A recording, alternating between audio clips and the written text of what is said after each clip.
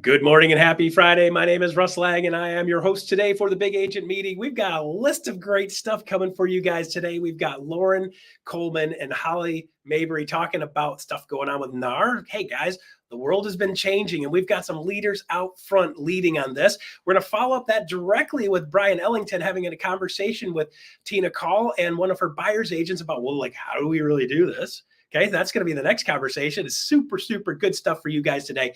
So if you're wondering, what do I do now? What should I be working on? What should I be focused on? What should I be thinking about? What's been happening and what do I do with it? This is a show for you. We're going to kick it off with Holly and Loran Coleman. And you can take it away when you're ready.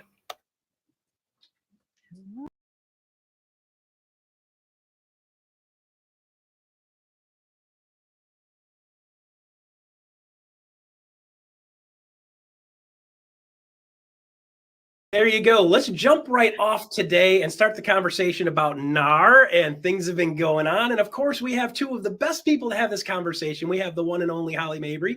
We have the one and only Loran Coleman. And together, these two are powerful and leading the charge and telling the tale and the story about what's been going on over the last week. So, ladies, what's happening? What a week it's been, right? Yeah. Oh my gosh. Feels like a year. 4 lifetimes. Yeah. So, yeah, guys, you survived. The sun came up the next day. Like, look at all the good things that are happening. And what Loran and I wanted to do today is the whole entire company has been rallying around you. So if you haven't already, this past Monday, Leo Pareja and I had the opportunity to host a town hall on our EXP YouTube channel. If you haven't seen it, would you go back and take a look? It's a quick, like 40, 50 minutes for you. And we want to make sure you've got the latest and greatest. But now let's talk about what's next. Would that be okay? Oh, yeah. Perfect. That's exactly what we need to do right now. What do we do now? I know, right? Like that's always, it's like, okay, we panicked. Yeah. And I think that's the biggest thing is, you know, understanding what's in our control. And Loran and I talk about this all the time. Like what's in our control on any given day? It's usually not my hair. So how do we move forward, right, Russ? And you and I talk about this, like, how do we focus? And the one thing I know I can control is my emotions. When I go out into the marketplace and people are like, hey, how's the real estate industry? I can be like, it's crazy. Oh my gosh. And then people go, well, I don't want her to be crazier. I'm not going to ask her anymore. Yeah. Or I can say, it's crazy. I'm so excited to take care of people at this higher level. Yeah. It's still crazy. Yeah. But my delivery changed, and that makes a huge difference. So when you start to look at what's in your control, emotions, how you respond to people, what does it look like? The other thing is, how are you supporting your buyers and sellers? How can you serve them? Because right now, they got some really bad advice from everything from, you know, the Wall Street Journal, New York Times, maybe CNN, maybe a White House briefing. Not going to lie, there have been some challenges this week. So how are we supporting them? And the biggest thing you can do is the gift of your time. And we're going to give you some tips on that. And then also, now we get to focus on next. How are you going to prepare your business coming forward? And we're really excited because we've been focused as a team to take care of you and help you build for that. So Loran, let's kind of jump into this. Yeah. So one of the big main important things is to stay plugged in. We've been learning and hearing from our EXP agents when they talk to other brokerages, other agents at other brokerages. Some agents don't even realize that there's a lawsuit going on. Like it's it's more important now than ever to stay plugged in. So you want to make sure that you're tuning in to the Big Agent Meeting that's weekly every Friday. We're going to be dropping more and new resources and tools every week with regards to your business and how, you know, this proposed NAR settlement, it could be changing that. So you want to make sure you do that. Attend your state team meetings. Your broker state teams, they are providing information regarding the NAR settlement, answering those questions. You'll want to go to those state meetings because even though we can answer questions on this level, on a national level, your state brokers and staff members can help assist you when it comes to your state local laws. And they're going to be having scripts and role plays, open questions, masterminds. So you definitely want to make sure you're participating in those. Definitely get connected on Workplace. If you're not already in Workplace for EXP, get connected, reach out to your state broker team, or go to the exp.world to get plugged in if you're not already. When it comes to the new buyer representation toolkit that is coming out today, right? It's in the marketing center. There's lots of new resources. There's an updated listing packet, buyer deliverables, scripts, client FAQs, and more. And again, we're going to continue to roll out documents. Like, we're working hard day and night, even this weekend, putting together these resources, vetting it through brokerage operations, university, our legal department, and marketing. So those are going to be some high-end resources that you'll be able to use and utilize with your clients. Because at the end of the day, we want to make sure that you guys are confident when it comes to having that conversation of having to complete that buyer broker agreement, and having that conversation with your sellers. Okay, let's pause right there, because I Yeah. love the buyer broker toolkit, right? And I saw that you wrote it down there, Russ. Let's go a little bit deeper. Like, what does that even mean? What do we want to offer buyers? How are we going to show up for them? Yep. So when it comes to the buyer broker agreement, having that conversation, you want to practice. So I was telling my husband over the weekend, I said, why don't you practice your elevator pitch? Like, we all at EXP, we all get the benefit of, getting OpCity leads if you want to sign up for them. Regardless of your opinion of the OpCity leads, it's a great opportunity to practice your elevator pitch when you do get that phone call and somebody wants to go look at a property. It's just like, hey, practice it. Like, okay, yeah, that's great. This is the value I bring. How quick can you get them to agree to sign the document when they meet you at the property before you get into the house? Or maybe even agree to hop on a Zoom with me, go to exp.world and hop in. Let me do a little presentation. I can send you the documents digitally for you to sign. Okay, let's go to that house and get into that property. The thing that's different is, this market moves really fast because we're a seller's market. Back when it was a buyer's market, and you took the time to, hey, have that buyer's consultation with your buyer and then sign an agreement before you start showing them homes, because you want to make sure, are you pre-approved? You're not wasting my time type of situation. That conversation was had more. Once we got into that seller's market where it's like, I don't have time for all this. Let me show you these properties. Let's put in these multiple offers and they're getting declined. So it's kind of going back to that practice. But you do want to tune up on that ability and that confidence of being able to have that conversation with your buyer so you can get them into that property. But also, this settlement is a proposed settlement. It's not ratified yet. So as you're practicing and getting comfortable, if you at the end of the day, you're like, I'm not comfortable just yet with all of this, business as usual. You don't have to start implementing this. Us as a brokerage, we're not going to require, our state team, your brokers are not going to require you to implement these practices right now, because they're not even solidified yet. NAR has they're going to be required to, I don't want to say the burden of, but they're going to be required to provide training, guardrails, guidelines on what we can and cannot do once they actually come to an agreement. And that information will be provided well in advance of the mid-July effective date, that's a proposed date too. That could end up being different. But once it's effective, NAR will also have all of these supplies and resources so that we know exactly what we can and cannot do. We're just being proactive.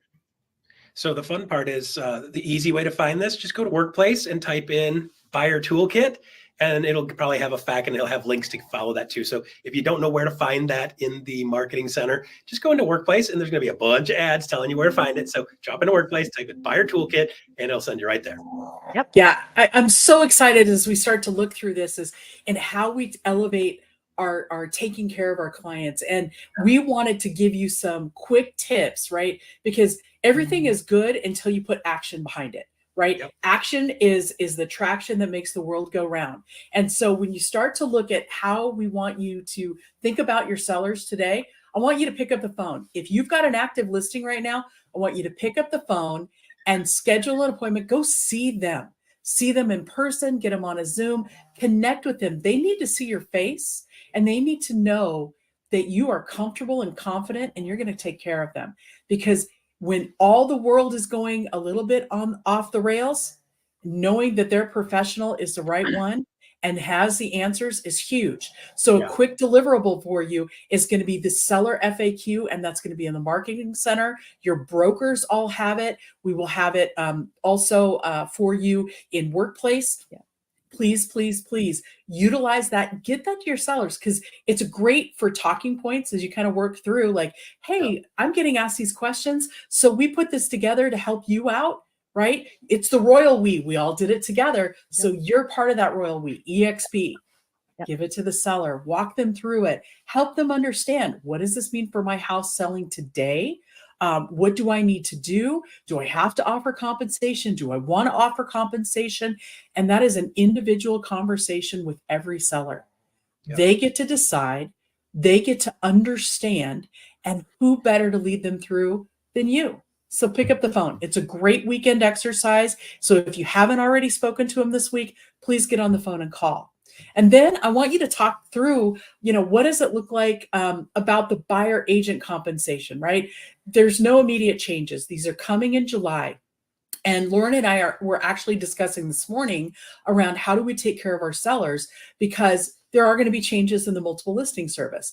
And we wanted to make sure there was an easy way for you all as listing agents to communicate with your sellers and make a change. So we will be working on documents that authorize you to make those changes in the multiple listing with your seller. But what's cool, it will prompt another discussion if the house is still on the market come July, that you can have with your seller. Or if you list in June and it hasn't quite sold in July, cool. It's another opportunity to get in front, show how you are taking care of them and advocating for basically every question that they may have.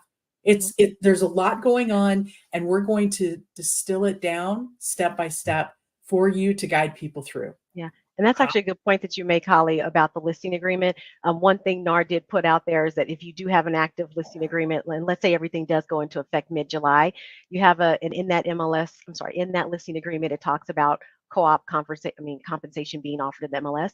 Just use an amendment to amend that listing agreement to remove that language. And that's all that will be needed to be compliant after the rules in place. No need to start over with a new listing agreement or anything like that. Yeah. And that's why we want to give you that doc, right? There's no reason to cancel and start over. Nah, we're gonna make it seamless. Holly, you said something earlier, and I want to make sure I repeat this because it's strong, right? Action gets you traction. Your words, not my action gets you traction. That's a good one, because right now it's like we have to start doing stuff and being proactive. Do not wait for them to start coming to you asking questions. Be proactive and saying, hey guys, I want to make sure you understand what's going on if you've heard anything. And because I went to my accountant this morning to deal with some tax paper stuff, and he's like, dude, what's going on?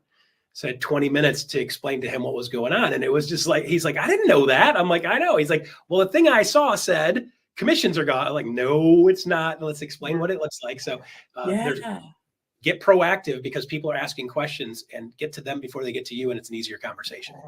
100%. So those of you who love shooting videos, and I love doing that. I communicate really well via video. And so I kept thinking about, okay, if I was in daily practice, what would I be doing right now? And my daily practice, when I was selling all the time, is I would communicate via my social media through video. I would do 30 to 60 second quick drops of, hey, let me give you a quick update, right? Think of your Instagram or your Facebook reels, even Twitter, TikTok. Oh my gosh. So instead of being angry, channel that into taking care of people that you haven't met yet.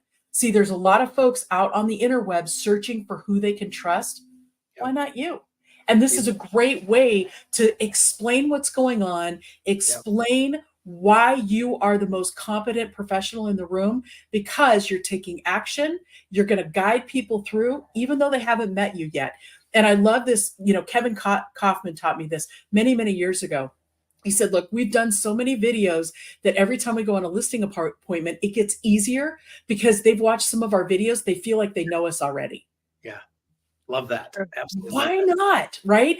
Be yourself, right? Look, you're never going to, if you're worried about how you look on video, it's okay. That's how you look in real life. Just keep going. It's not going to be a problem at all. Wait a minute. This is my face. I'm stuck with it. Congratulations, my friend. Congratulations. So this is the thing that I want everybody also to distill, because every state works slightly different. And when we're talking about form names, everybody's like, oh, but in our state, we have the blah, blah, blah, blah, blah. Cool. The key components are always the same. Agency means you've given me permission to go work on your behalf. I get to be your agent, right? Think of that Jerry Maguire. I'm still your agent. All right, I'll show you the money. In that instance, Jerry's going and working on behalf of his client. Doesn't mean he's going to get paid. Employment means I'm going to get paid. See, employment is that agreement that gives the scope of work, the time frame I'm going to work for, and how much I'm going to work for. That employment agreement is coupled with agency. And in some states, they're all on one form. In other states, they're two different forms. So remember, you can always have agency, but you cannot have employment unless you have agency. Just want to make that distinction. And as we go forward and we have these conversations, I'm going to talk agency and then I'm going to talk employment. And your brokers are also going to go deeper as to what your state law are, as well as the forms that maybe your local association or your state association are putting out. And speaking of forms, like when it comes to us even speaking with attorneys when it comes to that one pager, because one big piece when it comes to the lawsuit just in general is, of course, they're picking apart every little piece of the industry, right? One of them, they talk about the agency agreements or the contracts that we use, and that they're built to protect the brokerage, more than the actual consumer. And it's like these documents shouldn't be 6 pages plus long or whatever. It should just be a 1-page document. So we're also working to get 3 different types of buyer broker agreements. Now, of course, like just how Holly mentioned, in your market, you may already have some available by your association, but we're trying to have the one-on-one or the one-time showing buyer broker agreement that talks about compensation. Then there's the non-exclusive buyer broker agreement where it does touch on agency, but then also, so you have that fiduciary duty, but they're dating you, right? You can open a house for them. They can go to another agent and work with them unless they've already signed an exclusive with another agent. So that's another option, the dating. Then there's the we're married, which is the exclusive buyer agency agreement. And when it comes to our scripts, it's teaching the agents how to have that conversation to try to, at the end of the day, of course, you want the exclusive buyer agency signed that covers compensation. But if you can't, you have the option for the one-time showing as well. So those are resources that we're working on too. Love it. Mm-hmm. Good. Yeah. And so let's talk about buyers today and what you should be doing, right? Loran, you were just kind of going through this real fast. Yeah, because I know we're short on time. One question that keeps coming up a lot as Holly and I and others have been going from state to state and doing presentations, the question that agents keep asking is, okay, when it comes to the buyer broker agreement or whichever form that I have them sign that covers my commission, what if the seller is offering to pay more than what's in the agreement? Can we just, because the rule says that you can't get paid more than what's in the agreement. So really the underlying question is, can't we just amend it? I mean, I think we all know that, talking to your clients, you have a relationship, they wouldn't have a problem amending that agreement so that you can get paid more money. No, you cannot. We've talked to Leo as well as talked to attorneys, like you cannot have more than you cannot accept a commission that's higher than the commission that you initially agreed to with that buyer. You can't amend that. You can go down, but you can't go up. So that's a big question that keeps coming up. Also, when it comes to buyers' commissions being covered, through concessions or closing costs, even NAR, they put out on their site when it comes to the FAQ, how in the MLS, because we can't put a dollar, can't offer compensation when that rule comes into play. But you can put something in like seller will pay buyer closing costs or will pay towards buyer's closing costs. You don't have to put a number. You don't have to say it's for carpet. You don't have to do anything specific. You can leave it open and that sends the message, okay, they're willing to negotiate there. So there's lots of different options. So just wanting to make sure. Yeah, go on. Yeah, I think as we look at everything that we're doing right now, we want to give you tools to go out and meet your clients where they're at today. Loran just described a lot of the things that are going to be coming soon and how we're going to be taking care of you and training and really reaching forward. So buyers today, these are some tips and tricks to go forward with, but also we want to dive real fast. What you need to know for this weekend, do you need a buyer agreement right now? No, unless your state requires it. Is it good practice? Absolutely. Yeah. Do you have to ask for your commissions in the purchase contract this weekend? No, but we're going to teach you how to ask for it by a concession, and that's going to be forthcoming. Can you charge a retainer fee? Yeah, you can do that right now. And it just needs to be payable to EXP. But remember, you've got to have a buyer broker agreement or a listing contract that spells out the retainer and what it's to be applied for. At the end of the day, we want to dispel myths, and there's a lot of different articles that we're starting to see come out there. We want to remind you, commission was never, ever set. It was always subjective to the one-on-one conversation between the agent and their client. And that was how it was established. So there was never a fixed fee. There was never, oh, it always has to be this way. No, it was a one-on-one conversation every single time. Also, remember, buyer commission come July, not going to be in the MLS. Seller may still compensate the buyer broker, as Loran said. And also, we cannot leave it open-ended on the buyer broker. What you set is what you get. And so we're going to have more. We want to prepare you, but we also wanted to get you off into your weekend so you can be successful as you work with buyers and sellers. Awesome. Ladies, thank you very much. Tons more to come. I appreciate you guys being out in the lead on this. And I love the fact that we've got you two looking out for us. Couldn't be in better hands. So thank you very much for that. Appreciate you for having us. Thanks. All right. And there you go. Holly and Loran talking about what's going on and how to work it. And by the way, guys, if you didn't catch it, there's a buyer toolkit and we got a slide here with a QR code. So you can jump on there, check out that QR code that's going to talk about the buyer toolkit. They got a lot of really great stuff that's already been prepared within the last week. They are flying on making sure you guys have the tools you need to take your business to the next level. Take your QR code, hit that thing, and check out the new buyer toolkit. Next up, we've got Bryon Ellington. Take it away, Bryon. Let's go. Thank you, Russ. Tina and Minda, thank you so much for being with us today. We really appreciate it. So this is a very interesting topic because like us here in Texas, you there in Raleigh, North Carolina, this is not a new thing, buyer representation agreements. And yet, like in Texas, I suspect that the vast majority of agents in your area do some variation of not signing the buyer representation agreement until we're ready to make an offer. And that buyer is super excited and they're giddy and they already understand your value. So they're like, yeah, sure. Which probably is why we're in part of the mess that we're in. But the two of you made a purposeful decision a while back to do it differently. Why? Well, I like setting expectations in my business. So I think being able to set those expectations up front, and that way the buyer has a complete understanding of the process. So I'm here to kind of guide them through that process. So setting those expectations up front is just really a clear part in making that process as smooth as it can be. Yeah. And for me, Bryon, it's like when you think about being in the business for 24 years, I started like one of those agents. I was, basically having the buyer lead the process, and every buyer led it differently. And then once you actually have a determination that your worth is there, then that cascades down to the buyer and you go, no, I'm going to show them what my process is. So for our team, the minute that we had agents that entered our world, it was like, no, you're worthy, you're valuable, and you should have a process. So we were really determined to make sure that they were very professional throughout our process so we could actually stand out and be different. Yeah. And Tina, you and I were talking about this, and I was sharing, I think it's actually two choices that we as agents make, right? The first choice is to be treated as a professional. Mm-hmm. And that's just what we deserve. We do provide great service to our clients. We deserve the security of the relationship and the compensation that comes from that. Yep. The second choice is the choice to lead generate as an agent. Because if I don't have any prospects on the horizon and you're my only one, man, you're going to push me and pull me however you want to do it.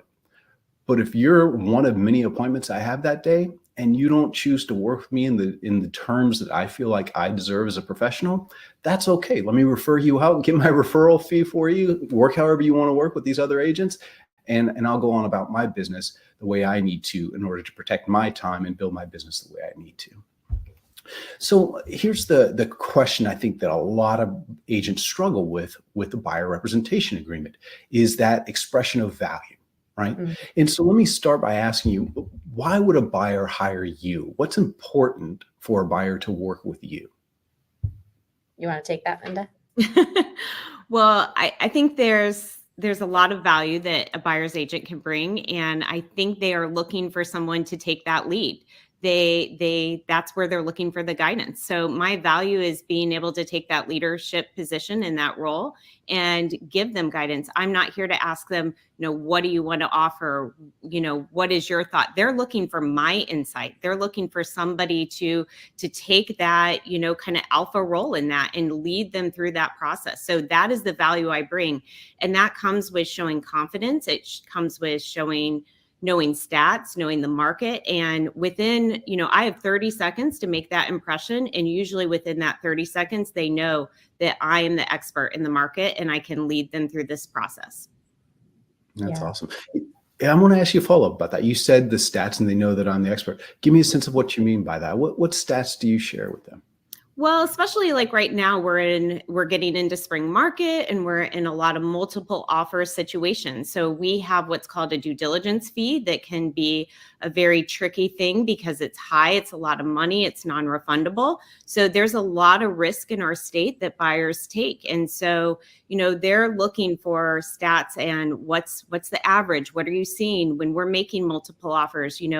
I know the percentage. Hey, this is about what I'm seeing in this area that you're going to have to bid over asking so that we can win this offer. This is the amount that you're probably going to have to put down as a refundable, non-refundable fee to get this. So those are some of the stats, but then also they want to know like what are the trend if they're going to invest this much, what are we looking for future investment? So I would say there's not just one area I've got to know the whole picture. Yeah, I love that. It's funny. As listing agents, we go to the kitchen table bragging about 3 stats, right? Percent list to sell, days on market, and how many homes I've sold in the area.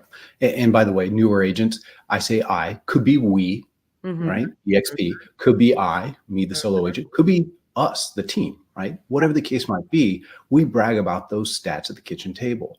What's interesting is now we, as Leo and Holly so well put the other day, we have to treat our buyer consultations like listing appointments, right?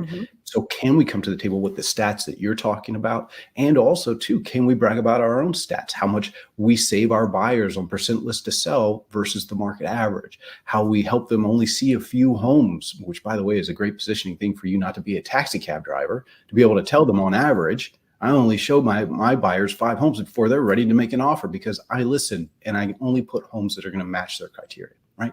Great stats to bring to the table. And I love your thoughts on that.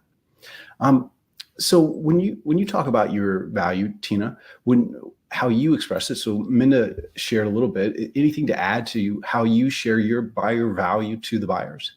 Well, I think, of course, somebody can look at me and say, well, you've been in the market so long. So of course, market knowledge, knowing that product that you're selling like the back of your hand, negotiation skills, how good are you at negotiations? Because that's truly what the buyer is hiring you to do. So if I go into an attorney's office, I want to see the skill level, the years in the market. Are they going to get me through this negotiation process with strategy? Are they a strategist? So it's the ability to streamline that buyer process, support them every step of the way of the journey. So showing them from here to here, I'm going to get you through, articulate my value with the least amount of bumps, and then showcasing your track record. If you're a brand new agent and you're not on a team, which right now we are on a team, and I think the team model is so important right now because Minda could go to a Slack channel and see exactly where things are. She can show her buyer a pulse of, hey, the last 15 offers our team made, this is probably what's trending. If you're a solo agent, lean into your peers at EXP, create a mastermind group where you can all Slack together. It's so important to have that communication right now, to have the intel, because if you're selling 4 homes a year, I promise you somebody like Minda is going to have more intel on the pulse of the market than the 4 deal a year producer that's doing 1 a quarter. So you have to connect with your peers and start to use those case studies for your knowledge base to be able to recommend what the buyer should do at this point. That's right. The power of this company are the agents within it and leverage that. I mean, honestly, folks like yourself are so generous with their hard-won wisdom. Yes, absolutely. So I've got an interesting follow-up question. So we talked about what value you express. How do you express that value? In other words, Are you doing that at the one home that they called to meet? And are you just verbalizing that, or are you sitting down with them with a formal presentation and you've got a buyer consultation packet? How do you go about doing that? So, well, most of the time we're meeting them, first of all, at the home that they want to see. And that's the first time that I have to put my best foot forward and show my value. And I'm also bringing my presentation there. So it's not going to be as in length as I'm going to do it the second time during like a strategy session that we talk about, but I'm going to bring out that agreement and I'm going to show them if we want to work together, this is what the process will be. I even, take a point to highlight the fees that will be included so that this is the first time that they are meeting me, and I'm going to set that expectation right up front. Yeah. And in our state, I mean, we have a working with agents brochure. That is something that legally we have to show them, even if they're not prepared to sign anything.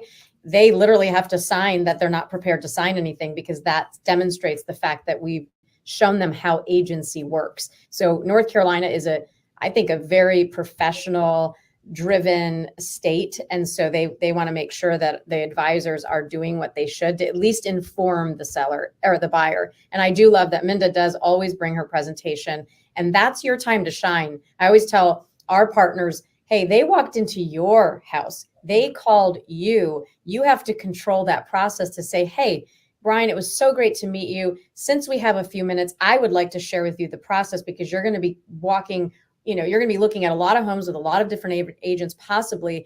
And I want to demonstrate what it would be like working with me. Is it okay if I show you that process now?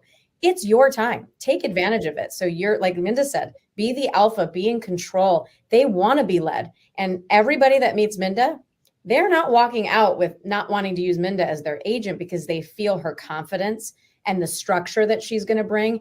And they would be foolish to just kind of go with an agent that's sort of like that door opener, that's a little intimidated to take control of the process.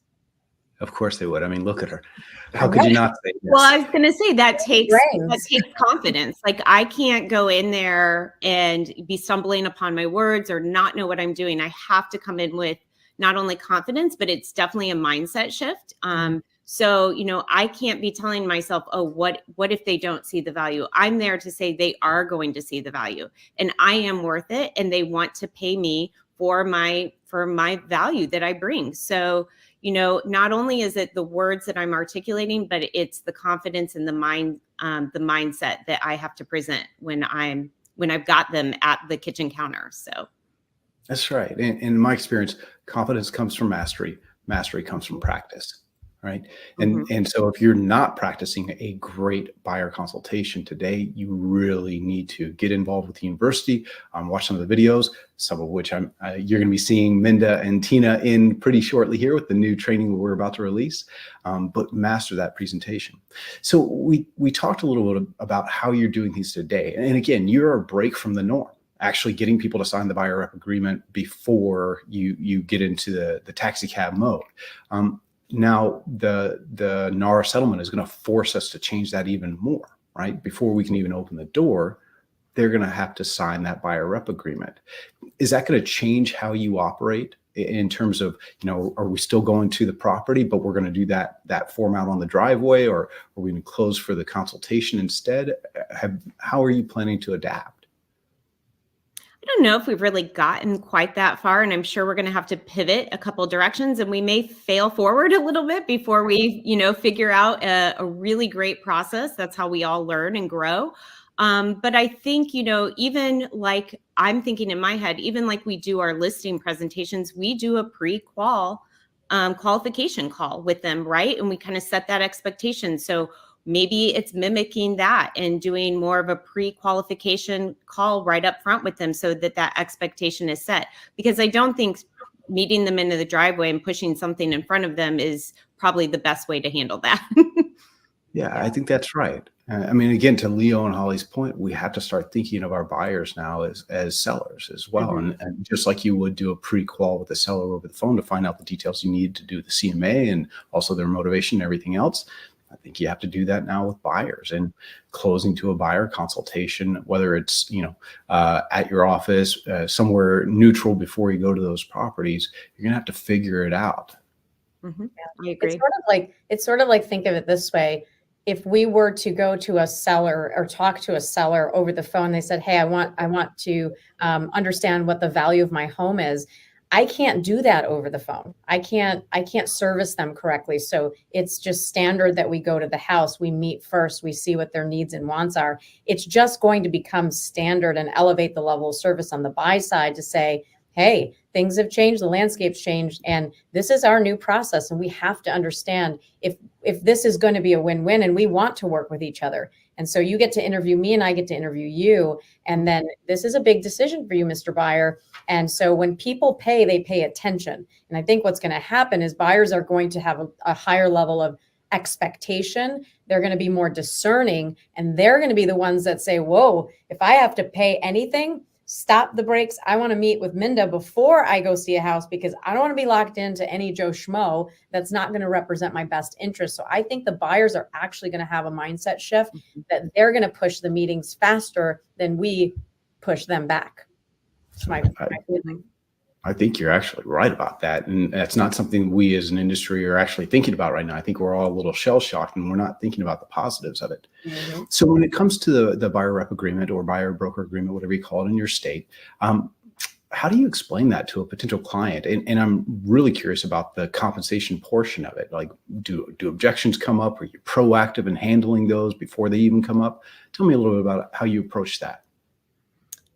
So I would say at first, the first time that we're meeting, I don't get a lot of objections, but I'm explaining that it's in their best interest, because in our state, by default, all agents automatically work for the seller until they have an agreement and give permission to work with that buyer's agent. So I definitely tee it up that this is for your protection, because if we go to a house and you ask me to call up the listing agent and ask questions, I don't have your permission to work for you until we've signed that agreement. And so I'm very upfront to give them that information.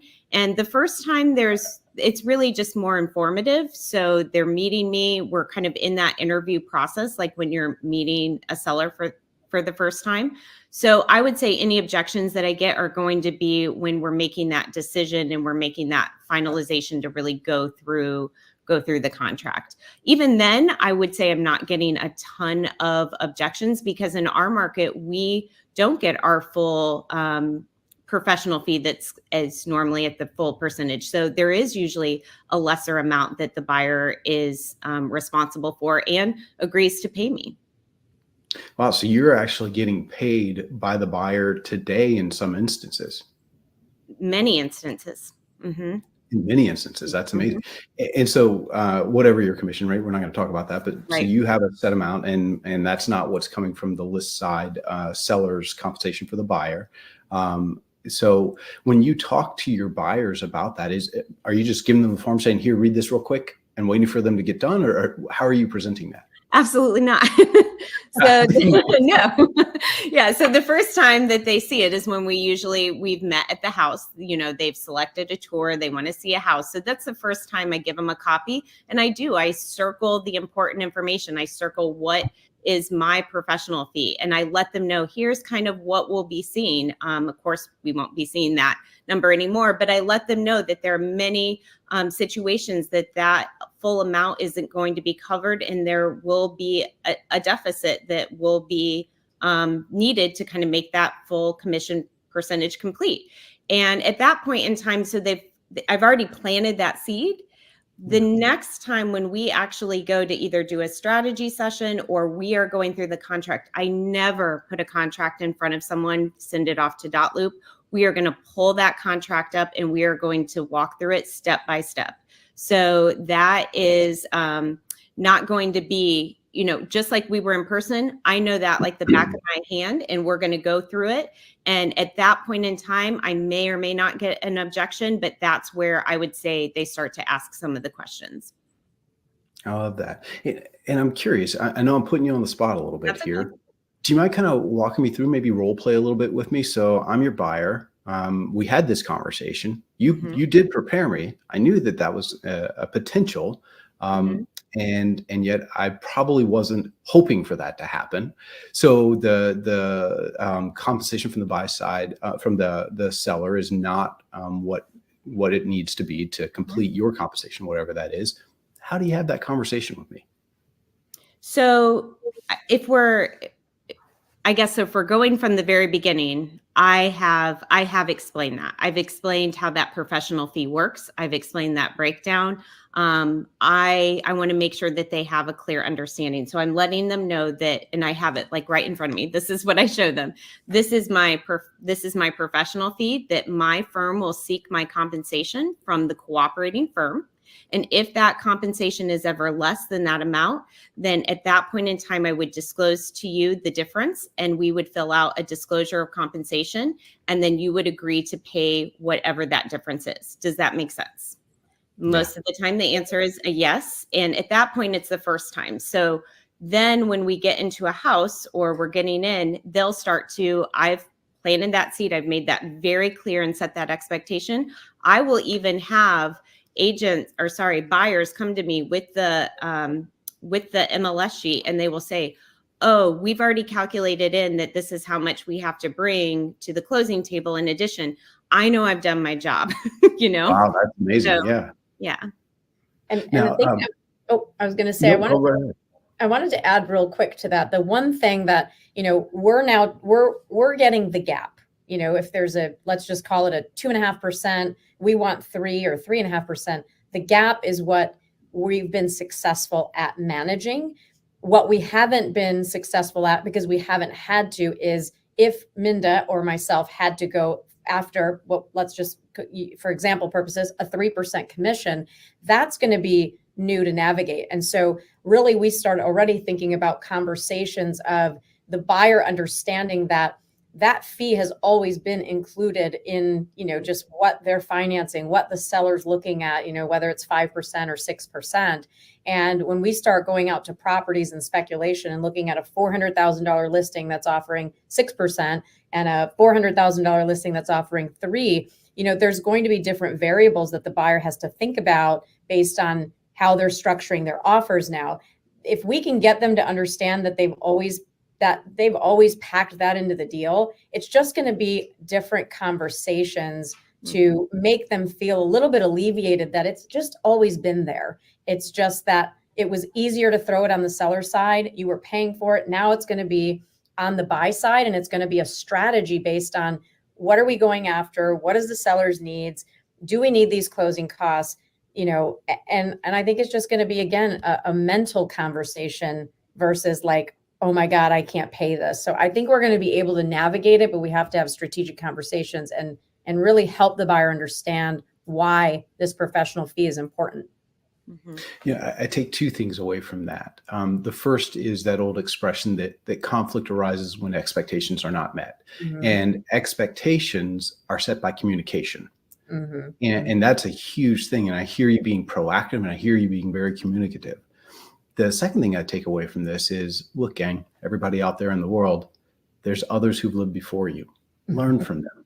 And so thank you very much for showing that. All right. Last word is yours. Any parting thoughts you have for buyer agents or even listing agents as we steer into this new world? No, I just think that sometimes change is always hard, but I'm looking at this as a positive thing. I think that if we set those expectations and we become the professional in this business, I think that this is a great thing. We should have, we have been doing this, so let's just clean it up and let's make this a very positive experience for buyers and set those expectations right up front and make it a very professional business. Love that. Yeah. And my thoughts are, after 25 years in the business, it's cyclical. There's always something. Nobody could have, ever imagined COVID, where we had to pivot and wear masks and spray everything and change the way that the landscape was at that point. And guess what? We sold a lot of houses. We're so resourceful as a society. The one thing I really want to really settle in agents' minds is this is not just door openers and pushing paper. This is such an emotional management process. We are managing emotions more than we're managing paperwork and process. And so buyers and sellers have already agreed for the last 50 years that they want full service brokers involved in their transactions, because you can sell a house by yourself and you can buy a house by yourself. You literally can run to Staples and do all of those on your own. You can, if you want to go to court and represent yourself, you can still do that too. But that's a silly strategy. So to put a strategist in place, a negotiator in place, I do believe our value will be here. We're just going to have to change our words and demonstrate our value in a different way to a buyer. But I do believe they're going to want us. They're just going to expect us to elevate our language patterns, our service, and our processes. And they're going to be happy to pay. Now, there's still going to be negotiations, as there always were. But again, Minda's going to be able to set her value, and she's going to get to decide what that is. That's right. Very well said. And I do think that there are huge opportunities for us in this market if you're a skill-based, learning-based agent. And so thank you both for being here to help upgrade our skills as EXP. And to all of you out there, over the next coming weeks, we're going to be releasing a lot of training, interviews, podcasts, you name it. Tune into KGCI Radio, look to the university, look what Michael Valdez and Glenn and Leo and all the gang are doing to help bring you real-time information as this is evolving. Plug in. This is the time to upskill, because those who do are going to win their unfair share of business in this market. Tina and Minda, thank you so much for being with us. We really appreciate you. Thanks for having us. Thank you. All right. Bye, guys. All Back to you, Russ. There you go. There you go. Those guys. Look at that. Bryon, great job. Tina, always amazing. And Minda, new to the fact, I've never met her before. She's pretty awesome. I'm liking the way she's going with that. So great conversation and great traction on what's really going on in the market with actual verbiage, what you need to be using today. So, hey guys, before I go, and I know we're running a smudge late today, check this out. This is worth checking out. Number one, EXP, I'm thrilled to announce, is groundbreaking achievement at EXP Realty, made possible by you, our unparalleled community of agents. That's right, we've ascended to the top spot in the Real Trends 500 report across 5 categories: transaction sides, 5-year top movers on sides, 5-year top movers on volume, and then, of course, best brokerages and public independent. We proudly stand at the number 3 position also in both volume and billionaires club categories. That is just amazing. This is a truly remarkable success. Showcases not only our collective effort, but the essence of what makes EXP Realty exceptional. Each one of you, our dedicated agents, is a driving force behind this achievement. Your commitment to innovation, unparalleled service, and pursuit of excellence is what propels EXP Realty forward. By embracing our agent-centric philosophy, you not only elevate our own careers, but have also played a crucial role in redefining the real estate landscape. This achievement is a testament to what we can achieve as a community that prioritizes growth, support, and empowerment.